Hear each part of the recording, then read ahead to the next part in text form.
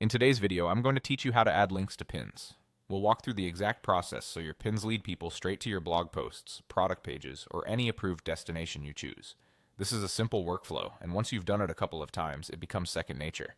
Start by logging into your Pinterest account. From your home view, open the Create menu and choose Create Pin. This takes you to the Pin Builder, where you'll add everything your audience sees and clicks. Next, upload your image or video.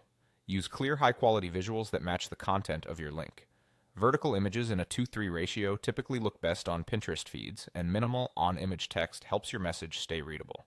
If you're using video, keep it concise and make sure the opening moments clearly show what the viewer can expect when they click through. Now scroll through the Details panel until you see the field labeled Add a Destination Link. This is the URL people will visit when they tap your pin. Pinterest uses the full address behind the scenes, so it's important to use the complete link, including HTTPS. Avoid broken or temporary links and make sure the page you're sending people to loads quickly and matches the promise of your pin. Paste your full URL into that destination link field. It can be a blog post, a product page, or a compliant affiliate link. Just ensure it follows Pinterest's guidelines and any disclosure requirements you have.